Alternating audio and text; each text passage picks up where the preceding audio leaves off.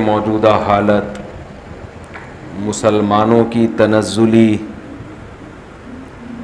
تباہی بربادی بے اعتدالیاں انہی چیزوں کی طرف توجہ جاتی ہے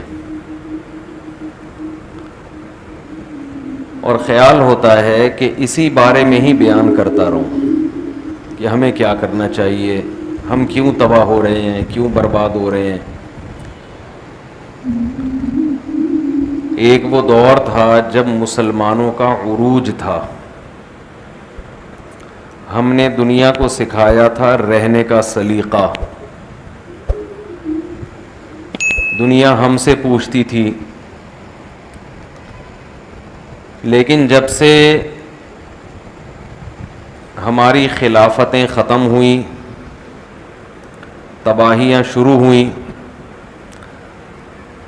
اس وقت سے ہم مسلسل تنزل کی طرف ہی جائے چلے جا رہے ہیں، اور اس ذلت سے نکلنے کے لیے جو اسباب اختیار کر رہے ہیں وہ اسباب مزید ذلت میں ہمیں ڈال رہے ہیں۔ جو اسباب ہم اختیار کر رہے ہیں وہ اسباب ہمیں ذلت سے نکالنے کے بجائے مزید ذلت میں، بولو بھائی، ڈال رہے ہیں۔ کیسے نکلیں گے ان ذلت والے اسباب سے؟ اس کا ایک ہی حل ہے جو قرآن بیان کرتا ہے، لیکن کمال کی بات یہ ہے کہ قرآن جو حل بیان کرتا ہے ہر آدمی اس کو ڈیفائن اپنے طریقے سے کرتا ہے۔ یہ بڑا مسئلہ ہے، اس کو میں آسان زبان میں سمجھاتا ہوں، آپ کہیں گے پتہ نہیں کیا پیچیدہ بحث لے کے بیٹھ گئے ہیں آج آپ مفتی صاحب۔ مثال کے طور پر ہر آدمی اپنی ٹھڑک جو ہے نا، اپنی ٹھڑک جو اس کو جس کے خلاف بغض نکالنا ہوتا ہے، وہ اگر مذہبی ہوگا تو کہاں سے کرے گا؟ وہ قرآن و سنت کا لیبل لگا کے کرے گا۔ ہر فرقہ نیا فرقہ بنانے سے پہلے لیبل کس کا لگائے گا؟ بولو نا، قرآن کا، حدیث کا۔ قرآن تو فرقہ واریت ختم کرنے کے لیے تھا، لیکن فرقہ واریت پھیلائی کس سے جا رہی ہے؟ قرآن و سنت سے۔ جتنے نئے نئے فرقے آ رہے ہیں لیبل سب کا قرآن حدیث، اس کے علاوہ کوئی بات ہی نہیں کرتے۔ ہمارے ہر مسئلے کا حل قرآن میں، جو موجودہ سیاسی حالات ہیں، ملکی تنزلی، اسلام کا تنزل، اس میں ہمارے ہر مسئلے کا حل قرآن میں ہے، لیکن جو مسائل بگاڑ رہے ہیں وہ بھی حوالہ کہاں سے دیتے ہیں؟ بولو نا یار، کیا ہو گیا بھائی؟ قرآن ہی سے پیش کریں گے حل آپ کے سامنے اور بیڑا غرق کر دیں گے۔ سمجھ رہے ہیں کیا کر دیں گے؟ بیڑا غرق۔ مسئلہ قرآن کا نہیں ہے، مسئلہ قرآن کی فہم کا ہے۔ قرآن کو سمجھا کس کھوپڑی کے ساتھ جا رہا ہے۔ جب آدمی کی کھوپڑی صحیح کام نہیں کر رہی ہوتی، معذرت کے ساتھ آپ کے اتنے خوبصورت دماغ کو میں تعبیر کس سے کر رہا ہوں؟ کھوپڑی سے۔ مسئلہ سارا یہ ہے کہ ہر مسئلے کا حل ہے وَاعْتَصِمُوا بِحَبْلِ اللَّهِ جَمِيعًا۔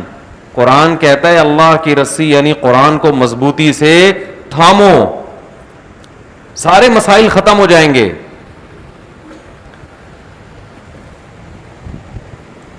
لیکن ہر آدمی آپ کو تباہ کرنے کے لیے بھی حوالے کس کے پیش کرے گا؟ قرآن کی آیتوں کے۔ مثال کے طور پر قرآن کہتا ہے اگر تم متقی ہو، پرہیزگار ہو تو اللہ تمہارے ساتھ ہے میدان جنگ میں، جہاد کے میدان میں تمہاری مدد کس شرط کے ساتھ ہوگی؟ اگر تمہارے اندر تقوی ہے، آپ نے اس آیت کو پڑھا, آپ نے اس آیت کو سنا, آپ نے کہا میدان جنگ میں اترنے کے لیے ایٹم بم کی ضرورت, بولو نا یار, بولو بھائی خدا کا واسطہ, نہیں ہے. میزائل بنانے کی ضرورت نہیں ہے. اللہ ہمارے ساتھ ہے, ان کنتم مومنین, اگر تمہارا ایمان اللہ پہ مضبوط ہے. آپ نے اس آیت کو پڑھا, لوگوں کے ایمان کو مضبوط کیا, 4 مہینے بھی لگوا دیے, 40 دن روزے رکھوا دیے, چلے کروا دیے ان کے, صبح شام کی تسبیحات, اللہ پہ اعتماد اور توکل کے ساتھ فوج کو میدان میں اتارا, اور بیڑا غرق تو آپ لوگ کر لو نا یار, یہاں تک میں نے بیڑا غرق کر لیا, غرق کا لفظ آپ لوگ بول لو, اور فوج کا بیڑا کیا ہو جائے گا؟ غرق. اب آپ کہہ رہے ہو یار یہ اب دینداروں کے ساتھ ہو کیا رہا ہے, خوب سمجھو. پہلا تو یہ کہ آیت کا استعمال کیا ہوا ہے, بولو نا, صحیح استعمال ہوا ہے؟ بھئی غلط استعمال کی آیت کو, یہ مطلب نہیں ہے آیت کا. اتنا بھی ہوتا نا کافی تھا. آج جو ہم دیندار لوگ, میں بھی شاید شامل ہوں گا اس میں, اوور آل ایک ہم لوگوں میں ایک مسئلہ کھڑا ہو گیا ہمارے ساتھ, جو دیندار کہلاتے ہیں. اتنا بھی ہوتا نا کافی تھا کہ قرآن کی آیت کا غلط استعمال ہوا, فوج کو میدان میں اتارا اور بغیر اسلحہ کے, بغیر ٹریننگ کے مروا دیا, بیڑا غرق ہو گیا. چلو بھائی ندامت ہو گئی یار, ہم سے کہیں غلطی ہوئی ہے قرآن کو سمجھنے میں. نا نا نا نا نا نا نا, اس شکست کو نام کیا دیا جائے گا؟ فتح عظیم کا. نہیں آئی بات سمجھ میں؟ شکست ہو گئی, برباد ہو گئے. عقل مند لوگ کہہ رہے ہیں یار کہیں ہم سے فالٹ ہوا ہے قرآن کو سمجھنے میں, شکست ہو گئی ہے, مر گئے, بھاگ گئے. کہہ رہے ہیں شکست کہاں ہوئی ہے, اتنے لوگوں کو شہادت کا مرتبہ مل گیا. اللہ نیک لوگوں کو شہادت دیا کرتا ہے, اور آزمائشیں آئیں, ملک کے حالات کا بیڑا غرق ہو گیا. یہ تو کامیاب ہونے کی علامت ہے. یہ اگلا اسٹیپ ہے جو کون کر رہا ہے؟ یہ بھی نیک لوگ کر رہے ہیں, جو کیا کہلاتے ہیں؟ نیک. میں سمجھا پا رہا ہوں اپنی بات؟ میرا خیال ہے نہیں آ رہی بات سمجھ میں. اپنی غلطیوں پہ لیبل قرآن و سنت کا, اور اس سے بڑا جرم یہ کہ جب اس کی سزا ملتی ہے, اس سزا اور عذاب اور شکست پہ لیبل کس کا؟ فتح اور کامیابی کا. یہ پوری قوم کی بدحالی, الا ماشاءاللہ عقل مند لوگوں کے علاوہ, پوری قوم من حیث القوم اس ٹریک پر چل رہی ہے. اب آپ مجھے بتاؤ, کوئی عقل مند جو اس آیت کی یہ تفسیر کرے کہ اگر تم مومن ہو, اگر تم متقی ہو, اللہ تمہارے ساتھ ہے, اس کا مفہوم یہ بیان کر رہا ہے کہ اس کا مطلب یہ ہے کہ میدان جنگ میں لڑنے کے لیے ٹریننگ کی, تیاری کی, بم کی, میزائل کی بالکل بھی ضرورت نہیں ہے. یہ قرآن کو غلط بیان کر رہا ہے کہ نہیں کر رہا؟ 100% غلط بیان کر رہا ہے. صحیح بیان کیا ہوگا؟ صحیح بیان یہ ہوگا کہ بھئی ایمان میں اور تقوی میں جیسے گناہوں سے بچنا لازم ہے, ایسے ہی کامیابی کے وہ اسباب جو اللہ نے دنیا میں رکھے ہیں, وہ اسباب اختیار کرنا اسی تقوی میں داخل ہے. خدا نے آج تک اس قوم کی حالت نہیں بدلی, نہ ہو آپ جس کو اپنی حالت کے, نہ ہو جس کو خیال آپ اپنی حالت کے بدلنے کا. تو اللہ نے دار الاسباب ہے. یہ حضرت مولانا اشرف علی تھانوی رحمہ اللہ تعالی بہت بڑے مفکر گزرے اس امت کے, بہت بڑے مفکر. میں بہت حیران ہوتا تھا کہ نبی صلی اللہ علیہ وسلم نے مکہ میں 13 سال جہاد نہیں کیا. 13 سال کیا کیا ہے؟ صبر صبر صبر. ایسا ہی ہے نا؟ آپ لوگ تھوڑا جوش سے سنیں گے نا تو مجھے ذرا بولنے میں مزہ آئے گا. صبر کیا نا 13 سال تک, مارے کھائیں حضرت بلال حبشی رضی اللہ تعالی عنہ کو گرم ریت پہ لٹایا گیا. خباب ابن ارت رضی اللہ تعالی عنہ آئے رسول اللہ صلی اللہ علیہ وسلم کے پاس. ان کا مالک ان کو گرم کوئلوں پہ لٹاتا تھا, ان کی پیپ اور خون سے وہ کوئلے بجھتے تھے, کھڈے پڑ گئے تھے کمر کے اندر. حضرت خباب ابن ارت نبی کے پاس آئے, عرض کیا یا رسول اللہ الا تستنصروا لنا, آپ اللہ سے ہمارے لیے مدد طلب کیوں نہیں کرتے,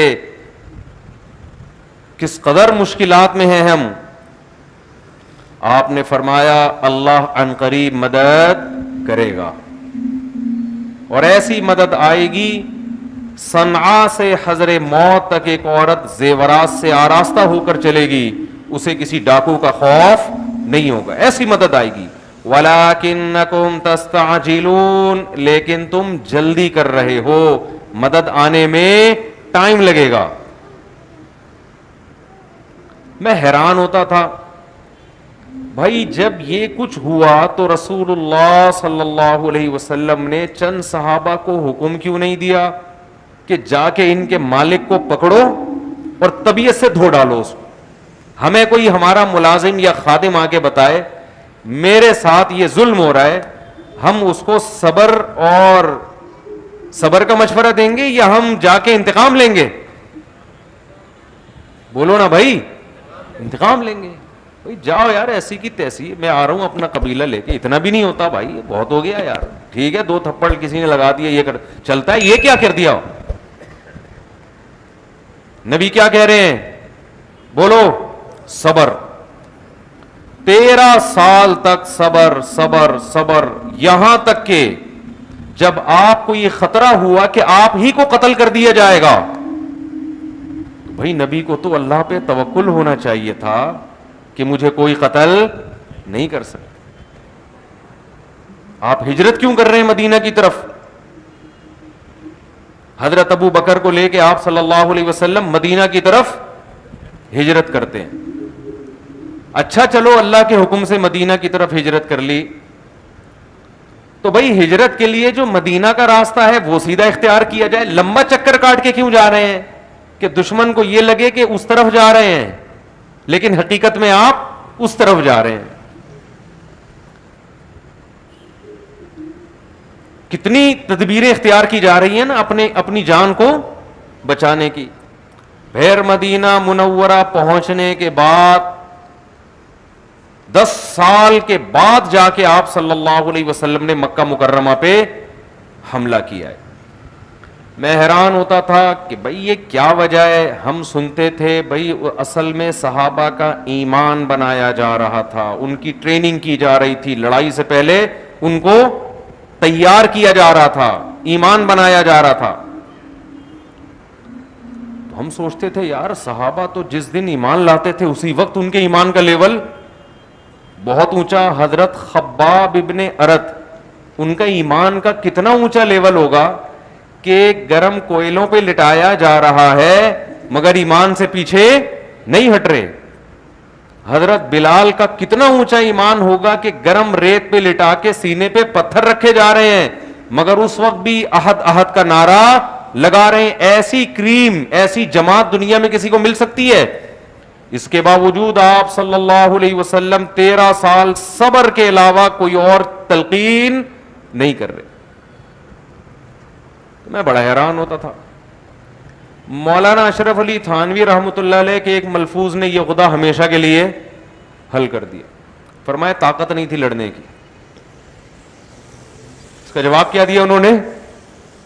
بولو بھائی, طاقت نہیں. جب نہیں تھی تو صبر کیا, جب آ گئی تو لڑ لیے. 2 اور 2 4 کی طرح مسئلہ ہو گیا کہ نہیں ہو گیا؟ آج دین کو اتنا پیچیدہ بنایا ہوا ہے, اتنا مشکل بنایا ہوا ہے. اسلام کیا کہتا ہے اس بارے میں؟ لوگ پوچھتے ہیں اسلام کیا کہتا ہے. بھائی اسلام کہتا ہے جو گراؤنڈ ریئلٹی ہے اس کو دیکھ کے فیصلہ کر لو. اسلام وہی کہتا ہے جو گورا کہتا ہے. سمجھ میں آ رہی ہے نا بات؟ امریکہ پالیسیاں بناتا ہے گراؤنڈ ریئلٹی کو دیکھ کر بناتا ہے نا. کیا ہو گیا بھائی؟ پاکستان میں آیا, اس کا خیال گراؤنڈ ریئلٹی یہ کہہ رہی تھی تھوڑے سے لوگ ہیں ہم قبضہ کر لیں گے. آ کے اس نے جب 20 سال گھاس کھائی تو گراؤنڈ ریئلٹی یہ کہہ رہی تھی بھائی یہاں سے پتلی گلی سے نکل لو, جوش میں آنے کی ضرورت نہیں ہے. اس نے عافیت سمجھی, پتلی گلی سے نکل لیا. مسلمان گراؤنڈ ریئلٹی کو دیکھ کر بولو نہیں چلتا, کسی کام میں نہیں چل رہا یار. ایک کام ایسا ہو جو گراؤنڈ ریئلٹی کو دیکھ کے چل رہا ہو. ہر کام خوابوں پہ, بشارتوں پہ, بزرگوں کے ارشادات پہ, حضرت جی نے فرمایا تو کچھ نہ کچھ ہوگا. حضرت جی کی سٹیٹمنٹ تھی, حضرت دامت برکاتہم نے فرما دیا میڈیکل سائنس کا شعبہ ہے حضرت جی سے پوچھ رہا ہے, سیاست کا شعبہ ہے مولانا صاحب سے پوچھ رہا ہے, بیوروکریسی کے معاملات ہیں پوچھ کس سے رہا ہے, وکیل سے پوچھ رہا ہے, عدالت کی باتیں بیوروکریٹ سے پوچھ رہا ہے, قانون کی باتیں قانون دان سے پوچھنے کے بجائے مسجد کے مولوی صاحب سے پوچھ رہا ہے, فتویٰ لے رہا ہے ڈاکٹر سے طلاق کا, انجینئر سے. وہ کہتے ہیں نا بنے کیوں کر جو ہو سب کار الٹا, ہم الٹے بات الٹی یار الٹا. مہتاب رائے جو ہے نا, مہتاب رائے ایک شاعر گزرا ہے, کہہ رہے میرے نام میں مہ کو الٹو تو ہم کو الٹو تو مہ بنتا ہے, بات کو الٹو تو تاپ بنتی ہے, یار کو الٹو تو رائے. کہہ رہے میرا نام ایسا ہے کہ ہم بھی اس میں الٹے, بات بھی الٹی, اور یار بھی جو دوست ہے وہ بھی کیا ہے الٹا کر کے ہمارا نام وجود میں آتا ہے. تو کام بنے گا کیسے جب ساری چیزیں ہی الٹی ہیں. تو مسلمان اس وقت ترقی کے علاوہ میرے بھائی دنیا کا ہر کام کر لے, سمجھنے قرآن خوانیاں کروا لے, وہ افطار پارٹیاں کر لے, وہ حج بھی کر لے, وہ عمرے بھی کر لے, وہ کچھ بھی کر لے, لیکن جب تک یہ روش مسلمان کی رہے گی وہ دنیا کی باغ ڈور اپنے ہاتھ میں لینا تو دور کی بات, جتنی عزت ابھی ٹوٹی پھوٹی 2-4 چیتھڑے لگے ہوئے ہیں نا ہمارے, وہ چور کو جب پکڑتے ہیں نا اس کو کوٹتے ہیں تو 2-4 اس کے وہ چڈی بنیان رہ جاتا ہے. ہمارے محلے میں تھوڑے دن پہلے کسی نے چور کو پکڑا, چور تھا ڈاکو نہیں تھا, ڈاکو ہوتا تو میں ترس نہیں کھاتا اس کے اوپر.